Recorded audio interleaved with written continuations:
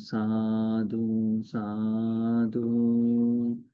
नमो तस् भगवतो अरहतो सम्मा संबुद्दस्स। नमो तस् भगवतो अरहतो सम्मा संबुद्दस्स।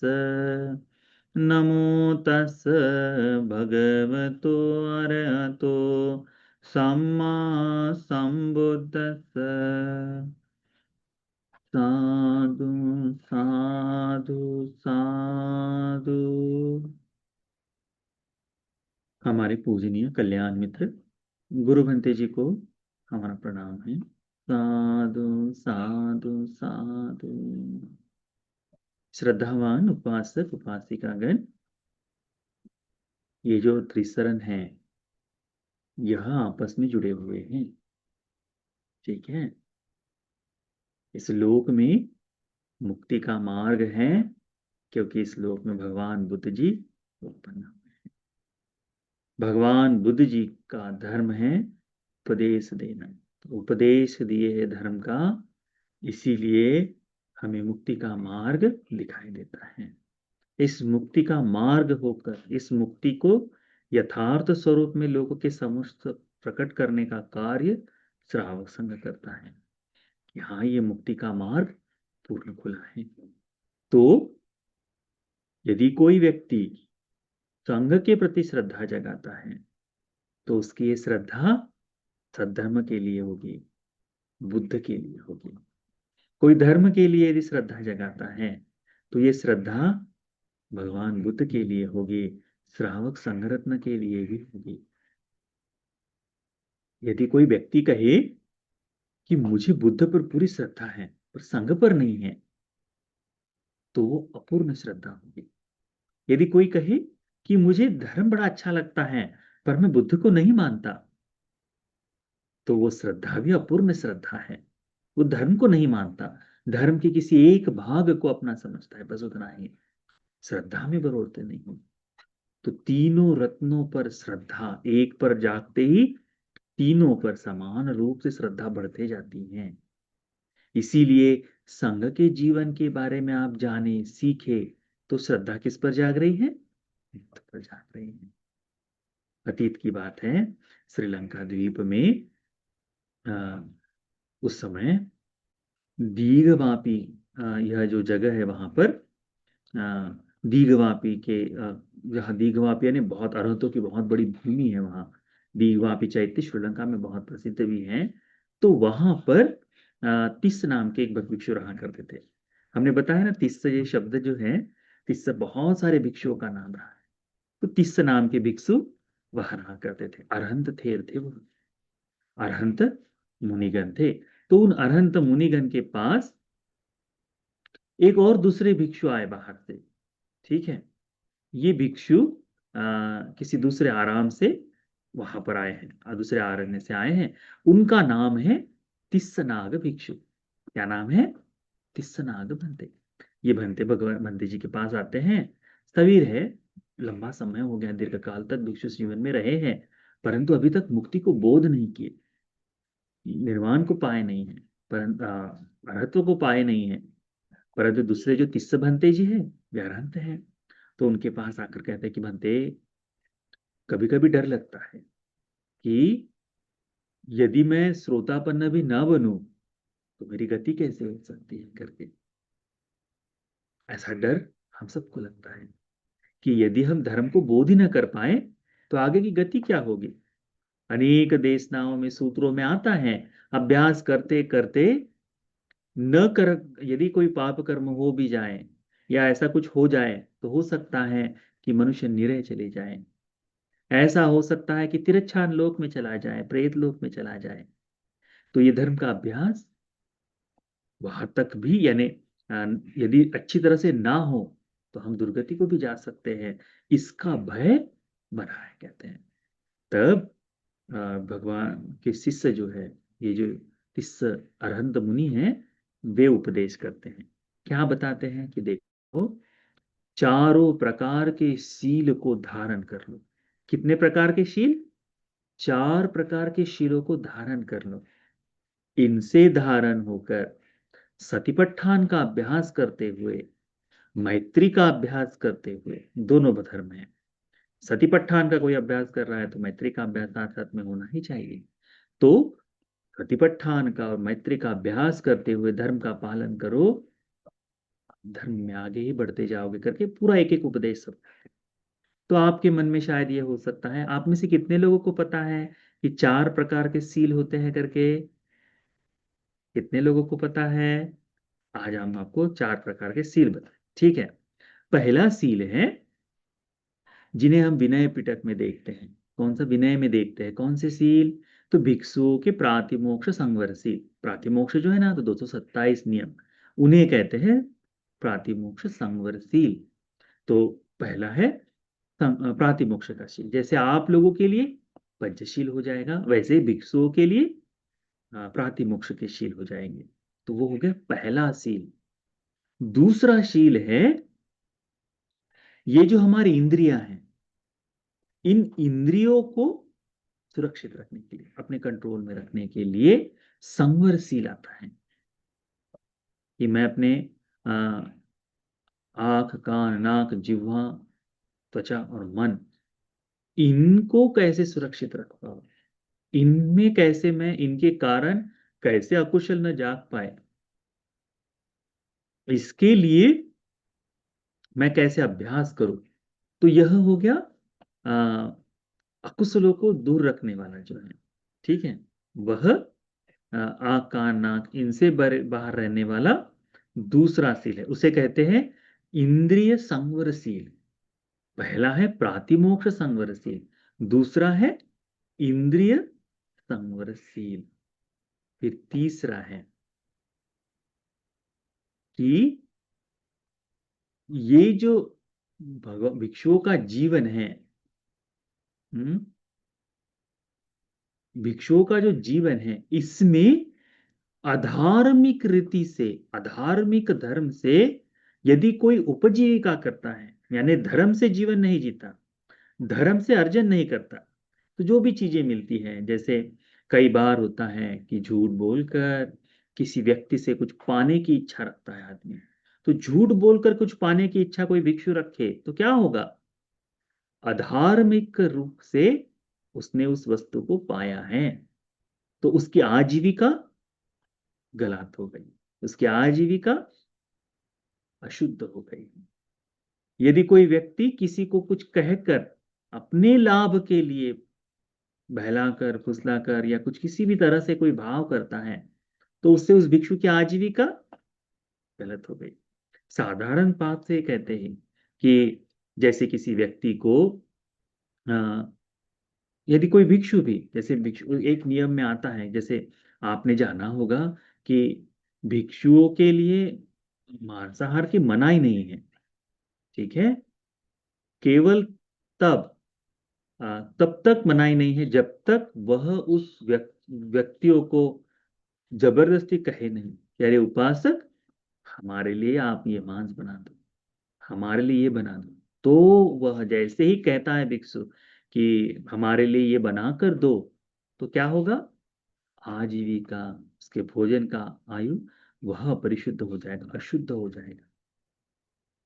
भगवान ने कहा है ना भिक्षु, यदि आपके लिए ना हो, जानते हुए कि नहीं भाई ये मेरे लिए ही बना है, तो आप उसे ग्रहण मत करो, आजीविका अपरिशुद्ध हो जाती है करके उस तरह में आता है।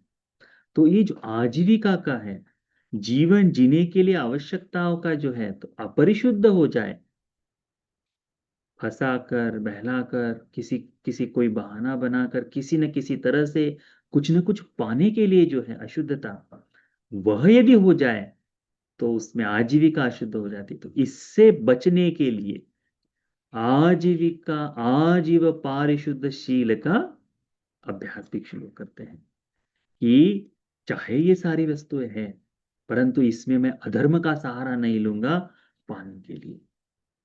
यदि अधर्म का सहारा लेता है तो उसकी आजीविका अपरिशुद्ध हो जाती है, ठीक है। तो ये तीसरे प्रकार का सील कौन सा है? आजीव पारिशुद्ध सील। तो अपने इसमें अपनी आजीविका परिशुद्ध होनी चाहिए ऐसा। और चौथा है कि भिक्षुओं को 4 प्रत्यय मिलते हैं। कितने प्रत्यय मिलते हैं? 4 प्रत्यय मिलते हैं। कौन कौन से 4 प्रत्यय हैं? तो पहनने के लिए चीवर है, ठीक है, दूसरा है भोजन है, पिंडपात है, उसके बाद में उनके लिए सेनासन है, आसन है, बैठने के लिए आसन हो जाए, रहने के लिए निवास हो जाए, है ना। और चौथा है गिलान पच्चय, भोजन आदि, गिलान पच्चय जो है औषध आदि जो कहते हैं ना वह। तो ये जो भेषज है, औषध, ये 4 प्रत्यय भिक्षुओं को प्राप्त होते हैं। तो ये 4 प्रत्यय इस्तेमाल करते हुए, ये 4 प्रत्यय मिलते हैं, इन 4 प्रत्ययों का इस्तेमाल करते हुए इनके प्रति आशा है, इनके प्रति लोभ लालच है, इसको दूर करते हुए, क्योंकि देखिए एक बड़ा सुंदर धर्म है, संयुक्त निकाय में ही आता है, लाभ सत्कार संयुक्त। लाभ सत्कार संयुक्त में मुगलान बनते जी को, महाकश्यप बनते जी, भिन्न भिन्न भिक्षुओं को इस लाभ सत्कार सूत्र, लाभ सत्कार के बारे में भगवान बुद्ध जी वर्णना किए हैं, विस्तार किए हैं। इसमें आता ही है कि इन 4 प्रत्ययों से भिक्षु के मन में लोभ जागता है, द्वेष जागता है, मोह जागता है करके। मुझसे अधिक किसी दूसरे भिक्षु को मिल रहा है तो मन में क्या जागेगा? ईर्ष्या जागेगी, द्वेष जागेगा। तो फिर उससे क्या होगा कि उस भिक्षु के दोष आदि देखने का भाव और जाग जाएगा। उपासकों से ये सारी चीजें अधिक तौर पर मिल पाए, यही मुझे ही मिले, इसीलिए किसी न किसी तरह का कोई ना कोई प्रपंच, कोई ना कोई षड्यंत्र, कोई ना कोई ऐसी भावना उत्पन्न कर लेगा।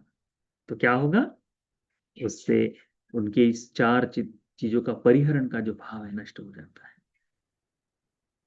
मिल रहा है उसे सम्यकतः धर्म के लिए इस्तेमाल करे, उतना पर्याप्त है।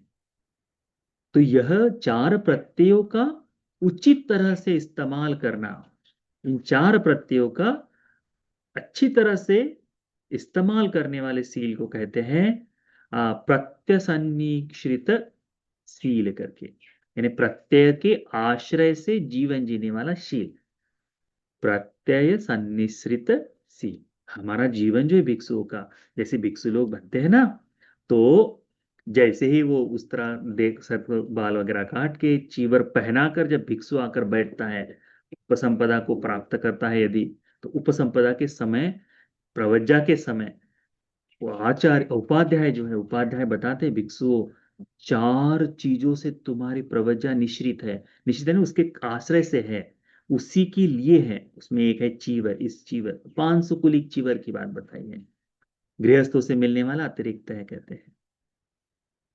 पिंडपात से तुम्हारा भोजन है, पिंडपात से तुम्हें आश्रित जीवन जीना है, गृहस्थ जो दान देते हैं वो अतिरिक्त है। उसके बाद में वृक्ष है, वृक्ष मूलिकांग जो है, तो वृक्ष है, आरण्य, इसके सहारे रहना, ये तुम्हारा सील है। परंतु गृहस्थ लोग सहायता कर कर कुटिया बना कर देते हैं, सहायता कर कर विहार करा कर देते हैं, तो यह अतिरिक्त लाभ है। पोतिमुत्त का भेषज, यह तुम्हें औषध के लिए है, परंतु गृहस्थ लोग दान देते हैं वह अतिरिक्त है करके। तो इन प्रत्ययों के प्रति कितना संवरित होना चाहिए। तो इस आश्रय से, इस प्रत्यय निश्रित, प्रत्यय सन्निश्रित सील का भगवान बुद्ध जी उपदेश किए ही है। तो ये भिक्षु महानाग भंते जी को, नहीं, तिस्सनाग भंते जी को यह धर्म का उपदेश करते हैं। तो भिक्षु बहुत सुंदरता से उसको स्वीकार करता है। स्थविर भिक्षु है, स्थविर है, फिर भी धर्म का इस तरह से उपदेश करते समय स्वीकार करता है। उपदेश कर कर भंते जी की बात को सुनकर उनको नमन आदि करके अपने विहार के लिए पुनः एकांत में जाकर बड़े घनघोर जंगल की ओर से जाना शुरू कर देता है। किसी दूसरे जगह से उपदेश लेने के लिए आए थे, दूर से भी आकर धर्म का उपदेश स्वीकार करना बड़ा अच्छा है।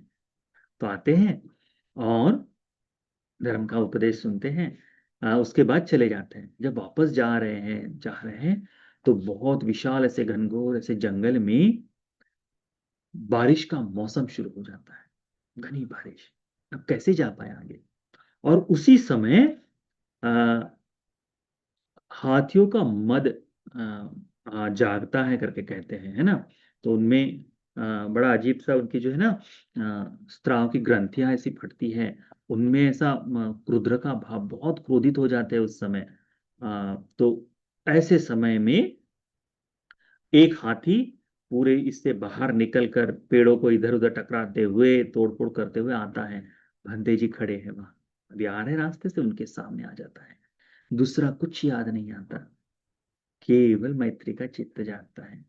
जैसे ही इनके मन की मैत्री पुष्ट होती जाती है, वैसे वैसे इस हाथी का भाव जो है, क्रोध का भाव, शांत होते जाता है।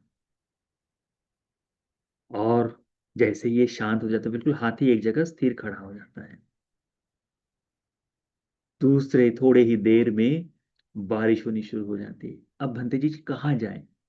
तो भंते जाकर इस हाथी के नीचे, क्योंकि हाथी तो विशाल है ना? तो छाया के लिए उस हाथी के नीचे जाकर, चारों पैरों के बीच में जाकर बैठ जाते हैं। बैठकर क्या चिंतन? मैत्री है, सतीपट्ठान का चिंतन करते हैं। इधर घनी बारिश, बारिश ही बारिश हो रही। ये हाथी भी उनके मैत्री से इतना प्रभावित हो गया है कि अब उसके मन में दूसरा कुछ नहीं, बिल्कुल शांत। और वह हाथी बारिश में खड़ा है, और भंते उसके नीचे बैठकर ध्यान कर रहे हैं। करते ही करते इस बारिश के बीच में ही उनको अरहत्व का बोध हो जाता है। रम तो हो जाते हैं हाथी के बीच में। जैसे ही उन्हें अरहत्व का बोध होता है, पूरे बादल खुल जाते हैं, आकाश से पुष्प वृष्टि होती है। करीब अनेक वृक्ष देवता जो है बड़े आनंदित हो जाते हैं ऐसी बात को देखकर कि हमारे आरण्य में अरहत्व का बोध हुआ है, अरहत्व मिले हैं करके, तो बड़े खुश हो जाते हैं। तो वह होता है, और भंते अरहंत होकर हाथी के नीचे से बाहर आते हैं।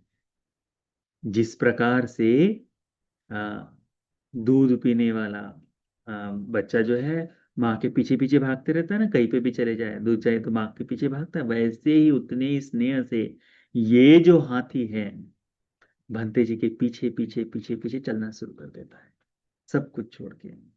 भंते अपने विहार में आते हैं, आश्रम में आते हैं, 30 वर्षों तक अरहत्व का जीवन जीते हैं। कितने? 30 वर्षों तक। और 30 वर्षों तक ये जो हाथी है उनकी नित्य नियम से सेवा करता है, सेवा करता है। भद्दे का परिनिर्वाण हो जाता है। उनके बाद उनके धातुओं पर, उनके चैत्य, उनके शरीर देह के अंश पर चैत्य बनाया जाता है। उस चैत्य की सेवा करते हुए, उन पर फूल आदि पूजा करते हुए यह हाथी अपना भी जीवन कुछ समय बाद छोड़ देता है। कहते हैं मृत्यु परांत तत्काल सुगति लोक में जन्म होता है, सुगति को जाता है। कितना सुंदर है ये धर्म, ये सेवा जो है, भिक्षुओं की सेवा कितनी सुंदर है। तिरच्छान लोक में सत्व है, कहाँ है? जानवरों के लोक में है। परंतु सेवा का धर्म, मैत्री का धर्म सीख गए, सेवा कर रहे हैं। क्या कर रहे हैं? फलों से फूलों से सेवा। भंते जी विहार में है, कोई किसी को तकलीफ नहीं, कुछ नहीं। 30 वर्षों तक किसी भिक्षु की सेवा। यहां आज वर्तमान में हम लोगों को देखिए, कितने जल्दी हम बदल जाते हैं। उस बंते ने हमारा नाम नहीं लिया प्रोग्राम में, तो क्या? हाँ बस, अच्छा दूसरा पैसे वाला आदमी मिल गया है, अब हमारा नाम नहीं ले रहे, तो मैं दूसरा भिक्षु खोजूंगा। ऐसा होता है ना कई बार, आप लोग जानते हैं, बस्ती बस्ती में, गांव गांव में ये होता है। हम देखते हैं ना। वह हमारी आशा केवल सेवा के लिए, श्रद्धा के लिए नहीं। हमारा जो धर्म है किस लिए है? अपने नाम को धारण करने के लिए, कि भंते जी हमारा नाम ले। पुण्य इतना सुंदर होता है। तिरच्छान लोक में गया सत्व भी उस तिरच्छान गति से मुक्त होकर दिव्यलोक को जा सकता है। भगवान के शिष्य को, इन तिस्सनाग भंते जी को जब देखे, उस समय क्रोध में थे, क्रोध में थे। ठीक है, ये जो हाथी जो है तब उस समय क्रोध में थे, सब कुछ तोड़ फोड़ करते हुए आ रहे थे। परंतु भिक्षुओं की मैत्री से तो क्रोध का चित्त है, दौड़कर उनको पकड़ भी सकते थे, उठा पटक भी सकते थे। ऐसा होता है अनेक बार। श्रीलंका में जाओ, वहां पर अनेकों भिक्षु को, एक दो भिक्षुओं को हुआ है, तकलीफ हुआ है हाथियों से। बहुत ज्यादा हानि नहीं, परंतु थोड़ी सी तकलीफ हुई है। कुटिया तोड़ देते हैं भिक्षुओं की, बहुत सारे हैं, होता है। तो इस समय वो क्रोध संपूर्ण त्याग कर, जैसे बच्चा माँ के पीछे पीछे चलता है, वैसा धर्म जाग जाए, कितना सुंदर होगा वो कर, कितना सुंदर वो भाव होगा। 30 वर्षों तक ये प्राणी, बेजुबान जानवर है ना, वह सेवा कर रहा है। हमें तो जीवन है, हमें चिंतन का विषय है, हम सोच विचार कर सकते हैं। तो हम संघ की सेवा के प्रति, यदि संघ के प्रति श्रद्धा जगाते हैं, तो हमारी श्रद्धा धर्म और बुद्ध के लिए होगी। मुक्ति का मार्ग हमारे लिए भी प्रशस्त हो जाएगा, है ना। तो कम से कम सुगति तो हमें मिल ही जाएगी। इसीलिए उपासक उपासिका गण आत्मार्थ लाभ की इच्छा छोड़कर, अपने नाम की इच्छा छोड़कर, क्या मेरे से मेरी जो सेवा है, मेरा जो करणीय कार्य है, वो सही से पूर्ण हो रहा है, इस तरह का चिंतन अधिक करो। इस हस्तिराज को भी जैसे सुगति मिल पाई है, वैसे ही हमें भी धर्म के आचरण से, क्योंकि श्रद्धा है, अरहत्व है, उनके प्रति केवल संघ के प्रति श्रद्धा जागी है उनके मन में, तो श्रद्धा का फल वहां तक मिला है। इसीलिए पुण्य बड़ा अद्भुत है। तिरच्छान व्यक्ति को भी, तिरच्छान लोक में जन्म लेने वाले सत्व को भी सुगति को ले जाने का भाग्य रखता है। धर्म का अभ्यास, इन चारों प्रकार के संवरशील का अभ्यास करते हुए भिक्षु भी मुक्ति के मार्ग पर लगता है। बड़ा कठिन काम है ये 4 प्रकार के सीलों का पालन करना, है ना। इसीलिए तो भिक्षु, उपासक उपासिका, इसको अच्छी तरह से ध्यान में रखो कि त्रिरत्न के प्रति श्रद्धा, किसी एक रत्न के प्रति श्रद्धा जागे, वो श्रद्धा तीनों ही रत्नों के प्रति है। श्रद्धा से जीवन जीते हुए चले, अच्छी तरह से पुण्य का संचय करते हुए चले, तो यह किया हुआ संचित पुण्य कभी व्यर्थ नहीं जाता। यह बात न करने वाले जानवर को भी सुगति को ले जा सकता है। तो हम तो धर्म का पालन, धर्म का चांटिंग आदि करते हुए चल रहे हैं, तो ये भी हमको सुगति के लिए ले जाएगा। तो इस पुण्य को अच्छी तरह से ध्यान रखो, इस पुण्य के महिमा को ध्यान रखो। जिस प्रकार से ये धर्म का अभ्यास उन भिक्षुओं को अरहत्व के लिए काम में आया, इस बेजुबान जानवर को, इस महाहस्तिराज को यह सुगति के काम में आया, वैसा ही पुण्य का संभार, वैसा ही पुण्य का संचय आपको करने का मौका मिले। यह सारा धर्म का उपदेश आप सभी को इस बुद्ध शासन में त्रिरत्न के प्रति अचल श्रद्धा जगाने के लिए, सुगति संपत्ति से प्राप्त हो जाने के लिए यह पुण्य उपकारी हो जाए। साधु साधु साधु।